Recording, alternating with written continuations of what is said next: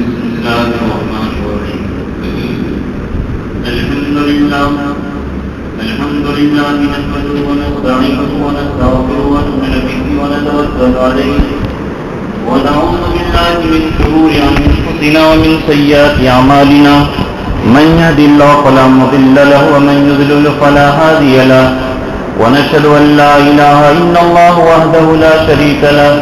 ونشهد أن سيدنا مولانا محمدا عبده ورسوله الذي أرسل بالحق بشيرا ونذيرا وداعيا إلى الله بإذنه وسراجا منيرا. أما بعد فأعوذ بالله من الشيطان الرجيم. بسم الله الرحمن الرحيم. الذين آتيناهم الكتاب يتلونه حق تلاوته أولئك يؤمنون به. وقال الله تعالى في موضع آخر الذين آتيناهم الكتاب يتلونه حق تلاوته أولئك يؤمنون به. وعن عثمان بن عفان رضي الله تعالى عنه قال قال رسول الله صلى الله عليه وسلم خيركم من تعلم القرآن وعلمه أو كما قال عليه الصلاة والسلام. رواه البخاري والترمذي. وعن عمر بن الخطاب رضي الله تعالى عنه قال قال رسول الله صلى الله عليه وسلم إن الله يرفع بهذا الكتاب أقواما ويضع به آخرين أو كما قال عليه الصلاة والسلام. رواه مسلم. صدق الله العظيم وصدق رسوله النبي الكريم ونحن على ذلك لمن الشاهدين والشاكرين والحمد لله رب العالمين. میرے محترم بزرگ اور دوستو، پچھلے ہفتہ تذکرہ ہوا تھا کہ دشمنان اسلام مدارس کو اور علماء کو کس طرح ختم کرنا چاہتے ہیں. تفصیل کے ساتھ یہ بات آئی تھی اور امت کی تباہی کی جو بہت سارے اسباب ہیں کہ مسلمان اس زمانے کے اندر ہلاک و برباد ہو رہے ہیں، ان میں سے ایک بڑی وجہ قرآن کے ساتھ غفلت، قرآن کے ساتھ جہالت، قرآن سے بے رغبتی، قرآن سے منہ موڑنا، قرآن کے اوپر عمل نہ کرنا، قرآن کا نہ سمجھنا، قرآن کے ساتھ لاپرواہی، قرآن کے ساتھ بے اعتنائی، قرآن کے ساتھ سوتیلا پن کا سلوک، یہ بھی مسلمانوں کی تباہی اور بربادی کی ایک بہت بڑی وجہ ہے. چنانچہ مورخین لکھتے ہیں کہ جب حضرت مولانا محمود الحسن شیخ الہند اسیر مالٹا رحمۃ اللہ علیہ کالا پانی کے جیل سے جب واپس آئے تو دیوبند آ کر کے انہوں نے قرآن پاک کی تفسیر لکھنا شروع کر دیا. تو ان کے شاگرد کہنے لگے کہ حضرت آپ تو تحریک آزادی پر بڑے سرگرم تھے، اسی آزادی اور تحریکی ریشمی رومان کی وجہ سے آپ مالٹا گئے اور ان کاموں کو چھوڑ کر کے آپ کیا کر رہے ہیں؟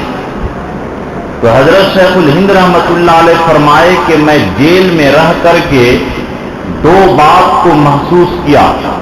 کہ یہ مسلمانوں کی جہاں حکومت تقریباً 1000 سال یا 800 یا 700 سال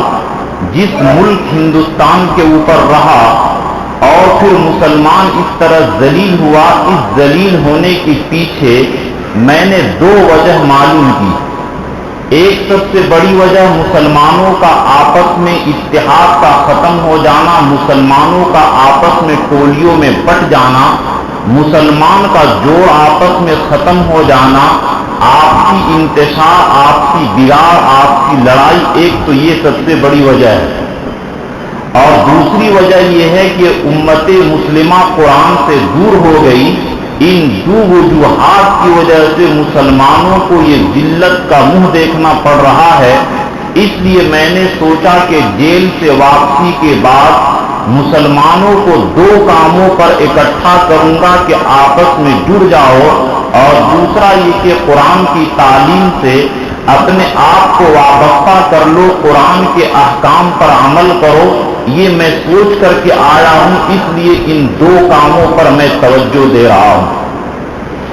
خطبے میں نے جو آیت کریمہ تلاوت کی کہ اللہ تعالیٰ فرماتے ہیں الذین آتیناہم الکتاب، کہ جن لوگوں کو ہم نے کتاب دیا، قرآن دیا، مسلمانوں کو کتاب دیا قرآن پاک، یتلونہ حق تلاوتہ، اور یہ لوگ قرآن پاک کی تلاوت کرتے ہیں جیسا کہ تلاوت کا حق ہے، اولئک یؤمنون بہ، تو یہی لوگ حقیقت میں قرآن پر ایمان لانے والے ہیں۔ یعنی جو قرآن کی تلاوت نہ کرے اس کا یہ مطلب کہ نہیں ہے کہ وہ نعوذ باللہ مسلمان ہے، لیکن حقیقی مسلمان، اصلی مسلمان، اللہ کا محبوب مسلمان، اللہ کے حبیب کا پیارا مسلمان وہ ہے یتلونہ حق تلاوتہ، جو قرآن پاک کی تلاوت کا حق ادا کرتے ہیں۔ قرآن پاک میں ان کی تعریف کی اولئک یؤمنون بہ، کہ یہی لوگ تو ایمان والے ہیں۔ جیسے مثال کے طور پر ایک آدمی کا 5 بیٹا ہو، 5 بیٹا میں سے ایک بیٹا ماں باپ کی خدمت کرتا ہے اور 4 بیٹا ماں باپ کی نافرمانی کرتے ہیں، تو لوگ بولتے ہیں اصل بیٹا تو یہی ایک ہے جس نے اس کی تیمارداری کی اور جس نے خدمت کا حق ادا کیا۔ تو اس کا یہ مطلب نہیں کہ چاروں بیٹا دوسرے کے ہو گئے اور بیٹا نہیں ہے، مطلب یہ ہے کہ بیٹا ہونے کا حق اور محبوب بیٹا، پیارا بیٹا، بیٹا ہونے کا جو فائدہ ہے یہ خدمت گزار لڑکا سے ہے۔ اسی طرح اصلی مسلمان، پکے مسلمان وہ ہیں جو قرآن پاک کی تلاوت کا حق ادا کرتے ہیں۔ اب ہم لوگ سوچیے کہ نعوذ باللہ پڑھے لکھے لوگ قرآن پاک کو ہفتہ میں، مہینے میں بھی رمضان کے علاوہ آنکھ لگا کر دیکھتے ہیں یا نہیں، تو یہ مسلمانوں کے لیے بڑی بے غیرتی کی بات اور ہلاکت و تباہی کی بات ہے۔ اس لیے میرے دوستو، قرآن پاک کا حق ادا کرنا، ایک تو قرآن کا حق یہ ہے کہ قرآن پر ایمان لایا جائے، دوسرا حق یہ کہ قرآن پاک کو صحیح پڑھا جائے، تلاوت کا حق ادا کیا جائے، تیسرا حق یہ ہے کہ قرآن پاک کو سمجھا جائے۔ آج لوگ قرآن پاک کو سمجھنے کو، درس قرآن ہوتا ہے، جمعہ میں جتنا مجمع رہتا ہے 1/4 مجمع یا کچھ زیادہ رہتا ہے، یا مشکل سے 1/3 مجمع، تو لوگ قرآن کو سمجھنے کے لیے بھی تیار نہیں، حالانکہ اللہ تبارک تعالیٰ نے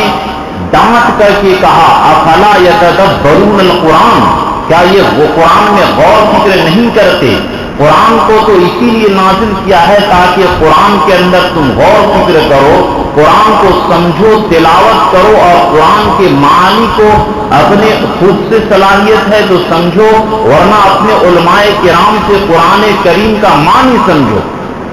چوتھا حق یہ ہے کہ قرآن پر عمل کرو، اور پانچواں حق یہ ہے کہ قرآن کی دعوت کو پھیلاؤ۔ یا ایھا الرسول بلغ ما انزل الیک، کہ اے اللہ کے رسول آپ پر جو قرآن نازل ہوا اس کو آپ لوگوں تک پہنچائیے۔ تو میرے دوستو، اصل حاصل کلام یہ ہے کہ مسلمانوں کی جو بہت ساری تباہی کے اسباب ہیں، ان میں سے ایک بڑا سبب قرآن کے ساتھ لاپرواہی، کہ آج کل کے خاص کر کے شہر کے دیکھا دیکھی، دیہات کے لوگ بھی، دیہاتیوں کا بھی مزاج ہے کہ شہر والوں کے روش پر چلیں۔ حضرت تھانوی رحمت اللہ علیہ فرماتے ہیں کہ سب سے پہلے اپنے بچوں کو بیسک اور بنیادی تعلیم دین کا، قرآن کا تم دو، اس کے بعد دنیا جو پڑھانا ہے پڑھاؤ، لیکن سب سے پہلے بنیادی تعلیم قرآن کا دو، اپنے بچوں کا ایمان مضبوط کراؤ، اس کے بعد تم کو جو تعلیم دینا ہے دو۔ اور آج مسلمان ذہنی اعتبار سے اور نظریاتی اعتبار سے آج انگریزوں کا غلام بن چکا ہے، اور نظریاتی اعتبار سے ہم لوگ مر چکے ہیں۔ دیکھیے، ایک ہے عسکری جنگ، ہتھیار کا جنگ، کہ اس کے اندر صرف جان کا نقصان ہوتا ہے، مال کا نقصان ہوتا ہے، ایمان کا نقصان نہیں ہوتا ہے۔ اور ایک ہے نظریاتی جنگ۔ نظریاتی جنگ انگریزوں نے یہ پالیسی اختیار کی، اور ملکہ وکٹوریہ نے اپنے کارکنان کو یہ خط لکھ کر کے اور تاکید دے کر کے بھیجا تھا کہ ہندوستان کے اندر تعلیم کے نام پر، ایجوکیشن کے نام پر ایک ایسا نصاب، تعلیم کا ایک ایسا دستور تعلیم کا ایسا سسٹم لاگو کرو کہ وجود کے اعتبار سے یہ ہندوستانی ہوں لیکن عقائد کے اعتبار سے یہ انگریز ہوں، اور چنانچہ ایسی روش انہوں نے جاری کر دی کہ 3 سال کے اندر ہم اپنے بچوں کو ان کو حوالے کر دیتے ہیں، اور ہمارے بچوں کے نظریات نعوذ باللہ کیسے کیسے خراب کیے جاتے ہیں۔ چنانچہ ہمارے علماء کرام نے بیان کیا کہ ان عیسائی کنوینٹوں کے اندر اور ان عیسائی اسکولوں کے اندر کس طریقے سے بچوں کا ایمان خراب کیا جاتا ہے کہ مسلم بچے بھی لائن میں لگتے ہیں، عیسائی بچے بھی لائن میں لگتے ہیں۔ مسلم بچہ سے پوچھتا ہے کہ تمہارا رب کون ہے، پالنے والا کون ہے، تو ظاہر بات ہے جواب دیتا ہے کہ میرا پالنے والا اللہ ہے۔ اور ایک عیسائی بچے سے پوچھتا ہے کہ تمہارا پالنے والا کون ہے، وہ کہتا ہے کہ عیسیٰ علیہ السلام۔ اب مسلمان بچے کو کہتا ہے کہ تم اپنے خدا سے توفیق مانگ کر کے دکھاؤ اللہ دیتے ہیں کہ نہیں، چنانچہ وہ دعا کرتا ہے، توفیق نہیں گرتی ہے۔ اور ایک عیسائی بچے کو کہتا ہے کہ تم دعا کرو عیسیٰ علیہ السلام سے مانگو، چنانچہ بٹن اور سوت پھٹ رہتا ہے۔ جیسے ہی وہ کہتا ہے کہ اے عیسیٰ مسیح ہمیں ٹوفی دے، بٹن عیسائی ادھر دباتا ہے اور ٹوفی کی برسات شروع ہو جاتی ہے۔ اب ظاہر بات ہے کہ اس بچے کے دل کے اندر یہ فوراً ذہن اثر کرے گا کہ پالنے والی ذات، رزق دینے والی ذات اللہ نہیں ہے بلکہ نعوذ باللہ عیسیٰ علیہ السلام ہے۔ یہ صرف عقائد کے اندر وہ زہر ڈال دیا۔ اب اگر عقیدہ ہو کہ پالنے والی ذات اور الہ عیسیٰ علیہ السلام ہے، روزہ رکھے، نماز پڑھے، زکات دے، حج کرے، سب کچھ کرے، لیکن عقائد خراب ہو تو نعوذ باللہ ان روزہ نماز کے ساتھ بھی وہ آدمی جہنم میں جائے گا۔ اس لیے میں کہتا ہوں کہ اگر مسلمانوں نے کوئی ایسا اسکول کھولا ہے جس کے اندر دین کی تعلیم کے ساتھ، ایمان کی حفاظت کے ساتھ وہاں پر اسکول اور دنیاوی تعلیم ہوتی ہے، ایسے تعلیم گاہوں کی، ایسے اسکولوں کی قدر کیجیے اور ان کو بڑھاوا دینے کی کوشش کیجیے۔ ایک ہمارے ڈاکٹر شوکت صاحب ہیں، مولانا شوکت اللہ صاحب، انہوں نے اپنا واقعہ بیان کیا کہ ایک مجھ سے پولیس مسلمان تھا، انہوں نے مجھ سے واقعہ خود بیان کیا کہ میرا بچہ ڈی اے وی کے اندر پڑھتا تھا، میں چھٹی میں جب گھر آیا تو دیکھا کہ میرا بچہ اسکول نہیں گیا، تو میں نے گھر والے سے پوچھا کہ اسکول کیوں نہیں گیا، تو اس کی ماں بتائی کہ اس اسکول میں مجھے نہیں پڑھانا ہے۔ ماں بتائی کیوں، تو کہی وہ اس لیے کہ یہ میں اس کو دیکھی کہ یہ سورج کی پوجا کر رہا تھا، تو اسی دن سے میرے دل کے اندر یہ ضمیر بیدار ہوا اور یہ دل کے اندر آئی کہ ہائے ہم اپنے بچے کو شرک کی تعلیم دیں، یہ مجھ سے نہیں ہو سکتا ہے۔ تو باپ نے بیٹے سے پوچھا کہ بیٹا آخر تو یہ سورج کی پوجا کیسے کرنے لگا، تو بیٹا بتایا کہ میں کلاس روم میں بیٹھا ہوا تھا کہ ایک ماسٹر نے کہا کہ اس مسلمان بچے سے کہ بیگ سے پینسل چوری کر لو، چنانچہ پینسل چوری کروا لیا کسی لڑکے سے، استاد کے پاس اس نے شکایت کی کہ میرا پینسل لے لیا، ان دلوا دیجیے، تو وہ ماسٹر کہا کہ نہیں، یہ ٹیچر کہا کہ نہیں ملے گا، تم ڈھونڈ لو، چنانچہ بہت زیادہ ڈھونڈوایا نہیں ملا، تو اس ٹیچر نے کہا کہ تم ہاتھ ایسے کر کے سورج کی پرستش کرو، سورج سے مانگو، آنکھ بند کر کے مل جائے گا، چنانچہ سورج کی پوجا کروایا اور لڑکے سے کہا کہ آنکھ بند ہے اس کے بیگ میں ڈال دو،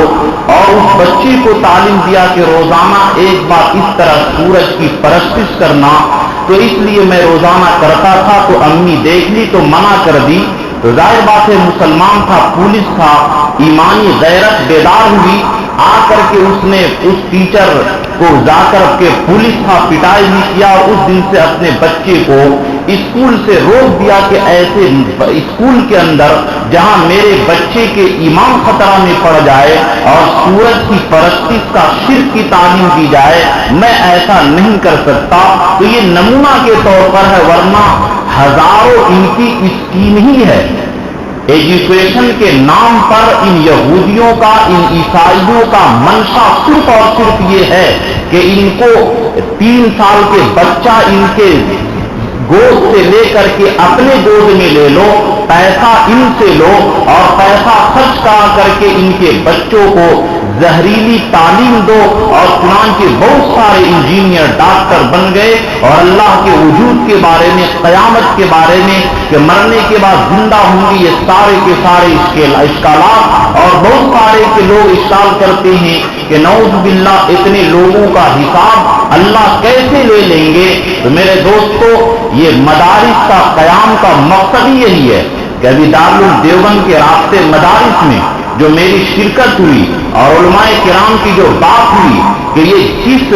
پس منظر میں دارالعلوم کا قیام ہوا کہ ایک طرف حکومت بھی گر گئی تھی، دوسری طرف امت مسلمہ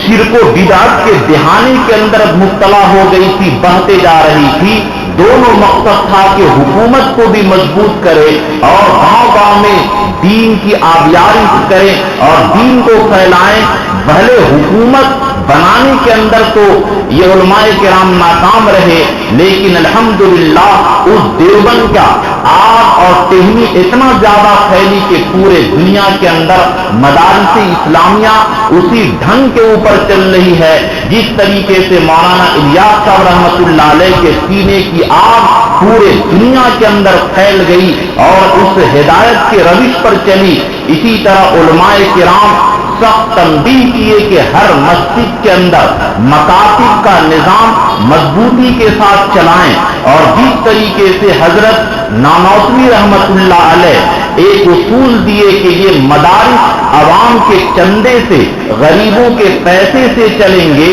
ان کی کوئی ذاتی جاگیر نہ ہو، حکومت سے استحکام نہ ہو، ورنہ مدرسے کی روح نکل جائے گی۔ اسی طریقے سے جس طریقے سے تبلیغ اور جماعت کے کام کا اصول مولانا الیاس صاحب رحمۃ اللہ علیہ کے ترتیب سے ہٹے گی، روحانیت نکل جائے گی۔ تو اس طریقے سے میرے دوستو، ایک بزرگ کے سینے کے اندر آگ لگا کر کے مدارس کو قائم کرایا، جس کے ذریعے امت میں شرک اور بدعت سے معلوم ہو کر کے وہ لوگ صحیح روش پر چلنے کی کوشش کیے، اور دوسرے بزرگ کے ذریعے اللہ نے پوری دنیا کے اندر تبلیغ کے کام کو جاری کر دیا کہ اس علموں کو لے کر کے در در پر پھرنے والے ہو جائیں۔ اس لیے ان مدارس کی اور مکتب جو چلتا ہے مسجد کے اندر، اس کی قدر کیجیے۔ اور تھانوی رحمت اللہ علیہ ایک ولی کامل اور مجدد ملت، جن کو مجدد کا لقب اور ٹائٹل ملا،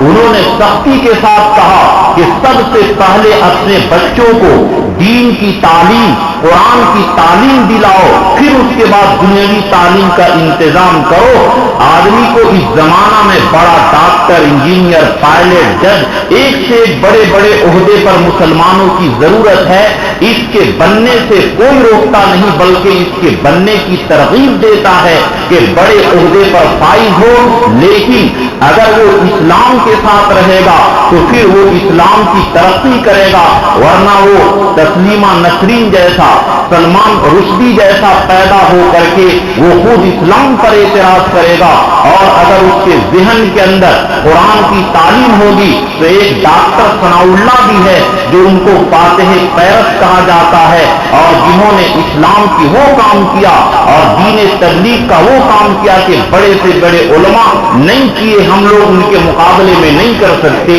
اس لیے میرے دوستو، ضرورت ہے اس بات کی کہ اپنے بچوں کو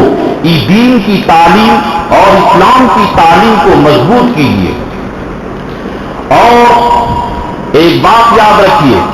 کہ یہ قرآن کی تعلیم اگر دل کی گہرائیوں کے اندر داخل ہو گئی اور قرآن کی محبت، شریعت کی محبت، اللہ کی محبت دل کے اندر اگر داخل ہو گئی تو انشاءاللہ یہ کفر سے، شرک سے اور دین کے ضائع ہونے سے، برباد ہونے سے روک دے گا۔ چنانچہ مولانا ذوالفقار نقشبندی جو پاکستان کے ہیں، بہت بڑے ولی ہیں اور دلوں کو اللہ تعالیٰ پھروا دیتے ہیں، بہت قوی نسبت بزرگ ہیں، بڑے بڑے گناہگار ان کے ہاتھ پر توبہ کر کے ان کا دل بدل جاتا، آخرت کی طرف مائل ہو جاتا ہے۔ انہوں نے واقعہ لکھا کہ پاکستان کا ایک انجینئر بنا، بڑے عہدے پر فائز ہو گیا اور وہ باہر کسی انگریز ملک کے اندر گیا نوکری کرنے کے لیے، نوکری بھی اچھے عہدے پر لگ گئی، بڑا پیسہ ملنے لگا۔ تو وہ جس آفس کے اندر کام کرتا تھا، ایک عیسائی لڑکی بھی کام کرتی تھی اور دونوں کے ایک دوسرے سے قربت ہو گئی اور عشق کا نشہ ایسا سوار ہوا کہ یہ دھن لگا دیا کہ میں تو اس سے شادی کر کے ہی رہوں گا۔ لڑکی بولی بھی کہ تم مسلمان ہو، میں عیسائی ہوں، دونوں کا مذہب ایک نہیں، جو نہیں، اس لیے شادی نہیں ہو سکتی ہے، میں اپنے والدین سے بات کر کے بتاؤں گی۔ تو والدین نے کہا کہ اگر بات ایسی ہے تو چند شرائط ہیں۔ پہلی شرط یہ ہے کہ اس کو ہمیشہ اپنا ملک واپس نہیں جانا پڑے گا۔ دوسری شرط یہ ہے کہ اپنے تمام رشتہ داروں سے، ماں باپ سے ہمیشہ کے لیے رشتہ توڑ لینا پڑے گا۔ تیسری شرط یہ کہ جتنے مسلمان دوست ہیں سب سے تعلق کو کاٹ لے اور بالکل سب سے الگ ہو جائے۔ اور چوتھی شرط یہ ہے کہ ہمارے قریب مکان بنا کر کے رہنا پڑے گا اور سنڈے اتوار کو چرچ بھی جانا پڑے گا۔ یہ آدمی کہتا ہے کہ چنانچہ عشق میں مبتلا ہو چکا تھا، عقل کام نہیں کر رہی تھی اور میں نے تمام شرائط کو قبول کر لیا، لیکن میں یہ کام اور یہ راتوں رات میں اپنے مسلمان دوستوں سے بھاگ کر کے اس کے قریب رہنے لگا۔ لیکن ایک کام یہ کرتا تھا کہ روزانہ شام کو جب دفتر سے، آفس سے واپس آتا تو قرآن پاک کو دیکھتا تھا۔ چنانچہ 2 سال کے اندر نعوذ باللہ نماز بھی، روزہ سب چھوٹ گیا، شراب پیتا تھا، خنزیر سور کھاتا تھا اور گویا کہ ایمان سے ہی میں نکل چکا تھا۔ لیکن روزانہ جب دفتر سے آتا، آفس سے آتا تو قرآن پاک کو ایک بار محبت کی نگاہ سے دیکھتا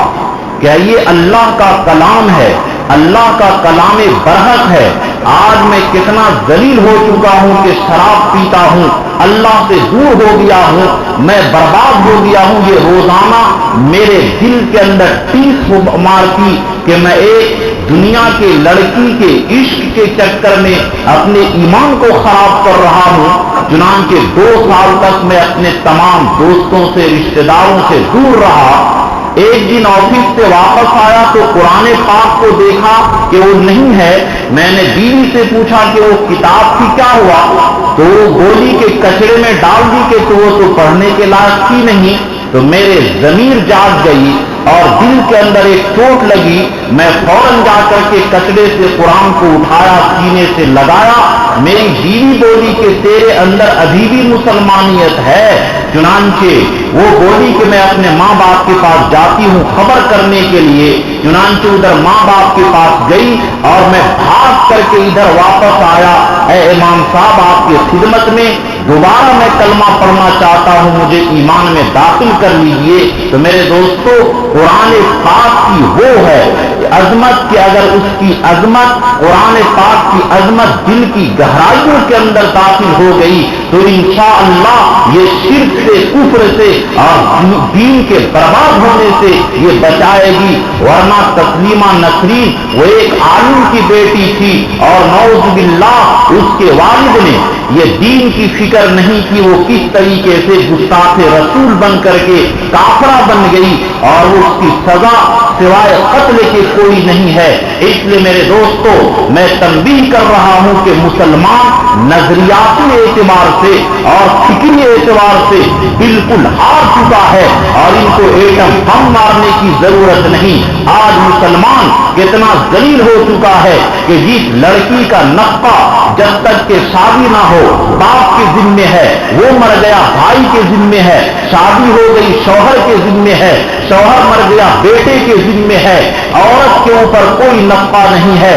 اور جس عورت کے حیا اور پاک دامنی ہوتی اس لڑکی سے کا ہے خواجہ بہاؤالدین نقشبندی، حضرت علامہ اب شاہ عبد القادر جیلانی، خواجہ معین الدین چشتی اور دیگر اولیاء پیدا ہوتے تھے، لیکن انگریزوں کی سازش ہے ان مسلمان لڑکیوں کو اپنے کالج کے اندر گھسیٹ کر کے لاؤ، ان کے اندر بے حیائی پیدا کرو تاکہ ان کے پیٹ سے، ان کے بطن سے بے حیا سلمان اور شاہ رخ خان جیسا اور کمینے خصلت کے لوگ اس طریقے سے پیدا ہوں جو اسلام کے نام پر کلنک اور اسلام کے نام پر بدنما داغ بن جائیں۔ یہ انگریزوں کی سازش ہے، لیکن آج مسلمان پیسے خرچ کر کے اپنی بیٹی کو عزت کی داؤ کو، اپنی بیٹی کی عزت کو داؤ پر لگا دیتا ہے۔ آج تو مسلمان اپنی بیٹی کو گھر میں محفوظ رکھنا مشکل سمجھتا ہے اور ہاسٹل میں رکھ کر کے اس کی عزت و عصمت لٹتی ہے، ایک الگ چیز ہے، لیکن وہ غیر مسلموں کے ساتھ شادی کرنا، یہ سب کی سب نوبت کس وجہ سے آئی میرے دوستو؟ ان ہاسٹل کا اور ان انگریزی تعلیم کا دین ہے۔ اسلام لڑکیوں کو پڑھانے سے منع نہیں کرتا، غور سے سن لیجیے، اسلام لڑکیوں کو پڑھانے سے منع نہیں کرتا، لیکن مخلوط یعنی مرد عورت ایک ساتھ رہتے ہوں اس طرح کی تعلیم سے منع کرتا ہے۔ سعودی عرب کے اندر کوئی مخلوط تعلیم نہیں، لڑکیوں کا الگ، لڑکوں کا الگ۔ اگر اس طریقے کا نظم ہمارے یہاں ہے تو آپ شوق سے پڑھائیے، لیکن جس ایجوکیشن کے نام پر ہماری لڑکیوں کی عزت، عصمت اور ایمان تک محفوظ نہ رہتا ہو، ایسی تعلیم اللہ کی قسم یہ وبال کے علاوہ، بربادی کے علاوہ کچھ نہیں۔ اگر کہ آج اس بات کا یقین اس دنیا کے اندر نہیں ہوگا، لیکن اللہ پاک کی قسم مسجد کے اندر منبر پر بول رہا ہوں، جس دن اپنی عزت اور عصمت کو لٹا کر کے اور بیٹیاں اپنی ایمان کے سودا کر کے غیر مسلموں کے ساتھ مندر میں نکاح کی، وہ پاک کا دامن جس دن پکڑے گی اس دن آپ کو میری بات کا یقین ہوگا کہ یقیناً مفتی صاحب صحیح کہتے تھے کہ پیسہ خرچ کر کے اور اپنی لڑکوں کو تعلیم دیجیے، ایک سے ڈاکٹر، انجینئر، پائلٹ، ہر ایک چیز بنائیے، ان کو فیلڈ کے اندر کام کرنا ہے۔ اور اگر پردے کے ساتھ لڑکی کی ایمان کی حفاظت کے ساتھ، ان کی عزت و آبرو کی حفاظت کے ساتھ ایسا نظم ہے تو لڑکیوں کو بھی تعلیم دے سکتے ہیں، لیکن غور سے سمجھیے کہ اگر عزت کا خطرہ ہے اور دین کا خطرہ ہے، بے حیائی کی اڈا ہے، تو پھر ایسے موقع پر جب کروڑوں روپیہ عورت کے پاس ہو اور بلا محرم کے ہو، اس عورت پر حج کرنے کی اجازت نہیں، حالانکہ وہاں کوئی خطرہ نہیں ہے عزت کا۔ پھر ایسے گندے ماحول کے اندر تعلیم کے نام پر آپ گھر میں رہتے ہیں، کیا کیا گل کھلائے جا رہے ہیں۔ اس لیے میرے دوستو، ہوش کا ناخن لیں، اور ابھی بھی اگر مسلمان اس اعتبار سے نہیں سوچتا ہے تو سمجھیے نظریاتی اعتبار سے ہم مر چکے ہیں، اور نظریاتی جنگ کے اندر ہار کا ہو جانا یہ عسکری جنگ اور ہتھیار کے جنگ سے کئی زیادہ خطرناک، کئی گنا زیادہ خطرناک ہوتا ہے۔ اس لیے میرے دوستو، قرآن پاک تو وہ کتاب ہے کہ جس کے ذریعے غیروں کو ایمان ملا، اور آج ہم لوگ اپنے بچوں کو، نعوذ باللہ مولانا منصور صاحب جو کانکے میں پڑھاتے ہیں، انہوں نے کہا کہ میں ایک جلسے سے آ رہا تھا، ایک بچے کو میں نے دیکھا کہ انگلش میں تقریر کیا، میں نام پوچھا تو بتایا کہ سلمان یا حذیفہ یا کچھ بھی ہو، تو مجھے بڑی خوشی ہوئی کہ یہ مسلمان بچہ اتنی اچھی انگلش میں تقریر کیا۔ تو میں نے کہا بیٹا تم کلمہ طیبہ سناؤ، تو نعوذ باللہ وہ پہلا کلمہ پڑھ کر کے نہیں سنانے سکا اور کہا مجھے پہلا کلمہ یاد نہیں ہے۔ تو نعوذ باللہ ایسی تعلیم سے کہ صرف پیسے کمانے کی مشین بنا دیے، اور اس بچے کے مرنے کے بعد قل هل ننبئكم الذين خسروا انفسهم واهليهم يوم القيامه کہ سب سے زیادہ نقصان اور ہلاکت اور برباد میں وہ لوگ ہیں جو اپنے مال اور اولاد کے چکر میں اپنے آپ کو برباد کر دیے، کہ بچوں کو صرف پیسہ کمانے کی مشین بنا دیے اور ان کے ایمان کی فکر نہیں کیے۔ اللہ پاک کی قسم، اگر کروڑوں روپیہ وہ مہینہ کماتا ہو تو یہ تو پیسہ دنیا کے اندر رہ جائے گی، مرنے کے بعد اس کے ساتھ کیا جائے گا؟ تو اس لیے نظریاتی اعتبار سے جو ہم لوگ ہار چکے ہیں اور ذہنی اعتبار سے مفلوج ہو چکے ہیں،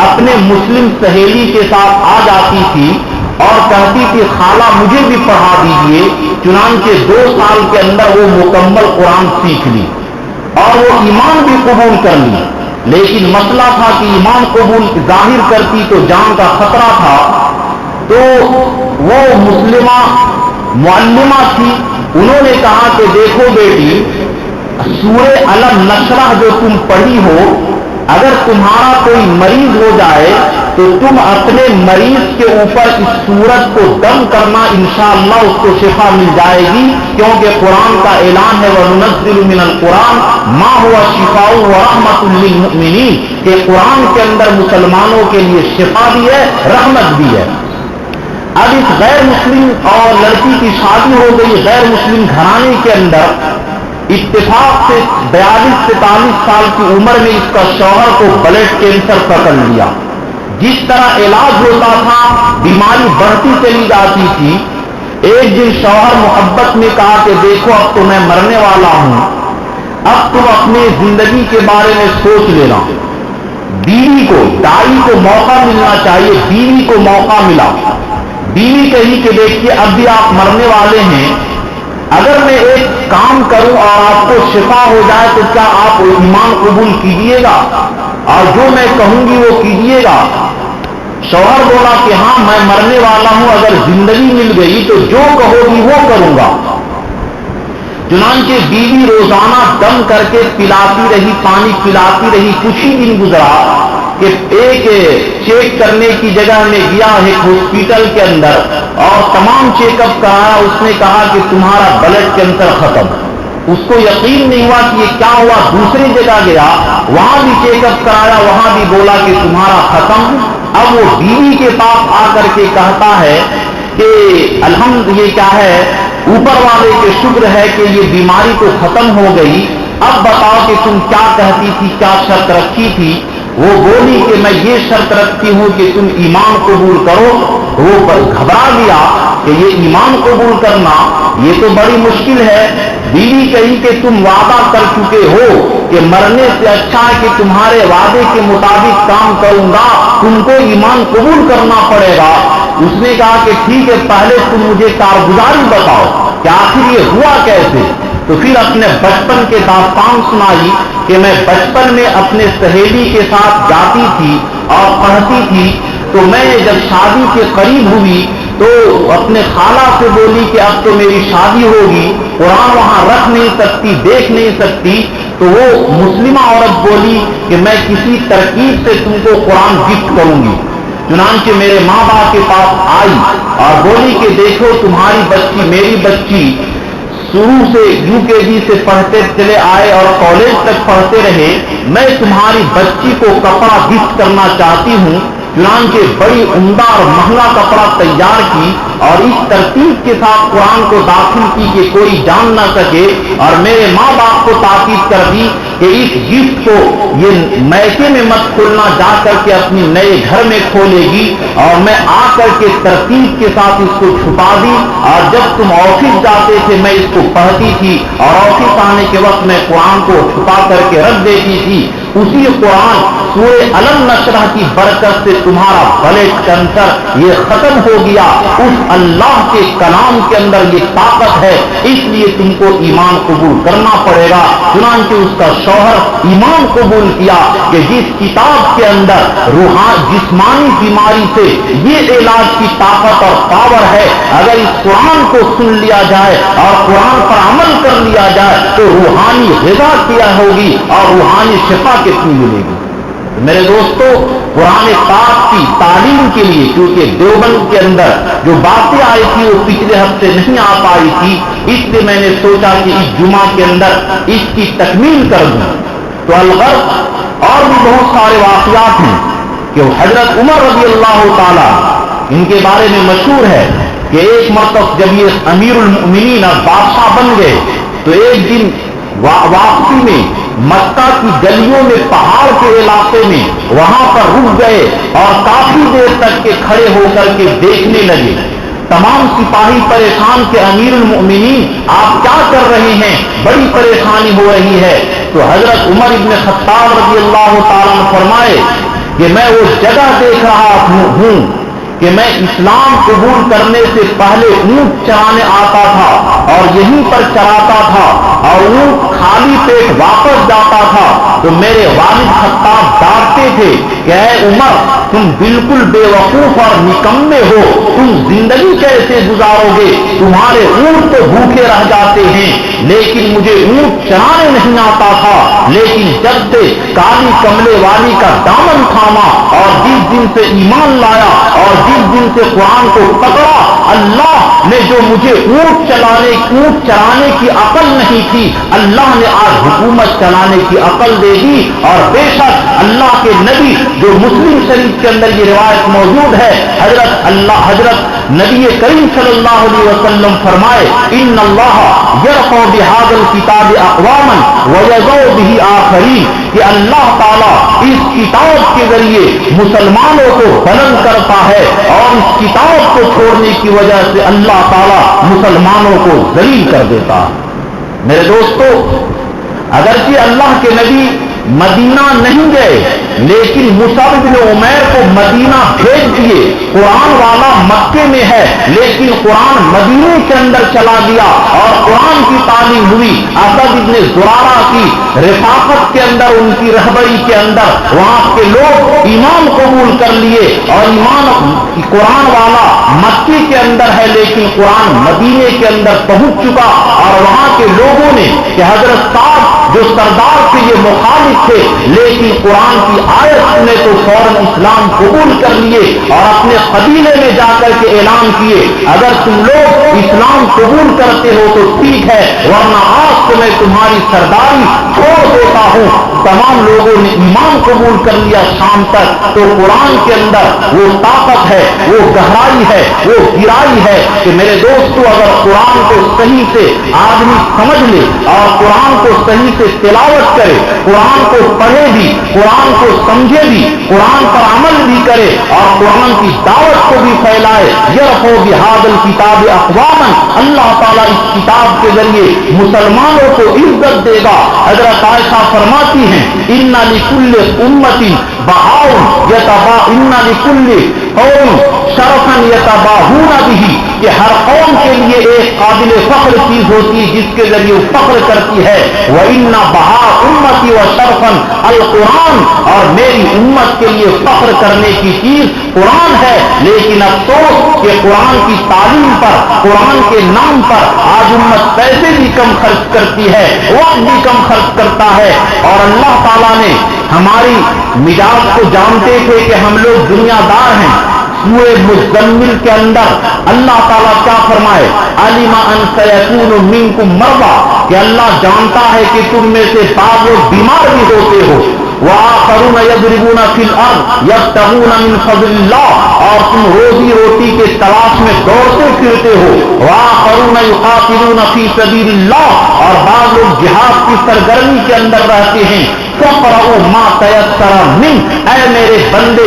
زیادہ قرآن نہیں پڑھ سکتا ہے تو جتنا ہو سکے اتنا تو پڑھ، لیکن پڑھ قرآن پاک کو پڑھ۔ الذین آتیناہم الکتاب یتلونہ حق تلاوتہ اولئک یؤمنون بہ، کہ جو لوگ قرآن کی تلاوت کا حق ادا کرتے ہیں وہی لوگ قرآن پر صحیح سے ایمان لانے والے ہیں۔ اور اس قرآن کے بغیر میرے دوستو قرآن کے عمل کے، قرآن کو تلاوت، قرآن پر عمل، قرآن کو سمجھنا، قرآن کی دعوت کو پھیلانا، یہ قرآن کا حق ہے اور یہ ہمارے لیے قابل فخر چیز ہے۔ لیکن افسوس کہ آج لوگ اپنے بیٹے کو حافظ قاری عالم بنانے کے اندر شرم محسوس کرتے ہیں، جبکہ اللہ کے نبی فرما رہے ہیں خیرکم من تعلم القرآن وعلمہ، دنیا کے اندر چاہے تم کروڑ روپیہ دے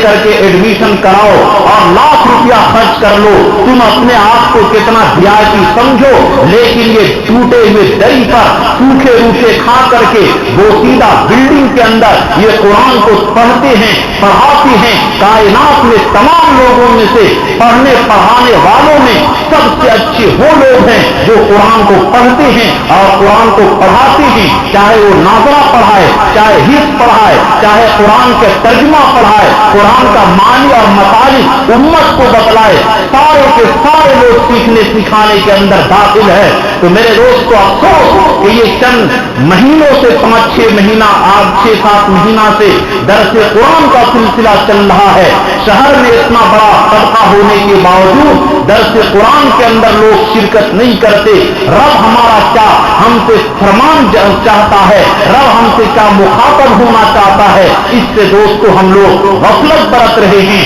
اس لیے ارادہ کیجئے کہ درس قرآن جو عشاء کے بعد ہوتا ہے انشاءاللہ تمام لوگ شریک ہوں گے نا بھائی انشاءاللہ۔ اللہ ہم سبوں کو قرآن کی صحیح ایمان لانے کی، تلاوت کرنے کی، قرآن کو سمجھنے کی، قرآن پر عمل کرنے کی اور قرآن کی دعوت کو پھیلانے کی توفیق عطا فرمائے، آمین۔ وآخر الدعوانا الحمدللہ رب العالمین۔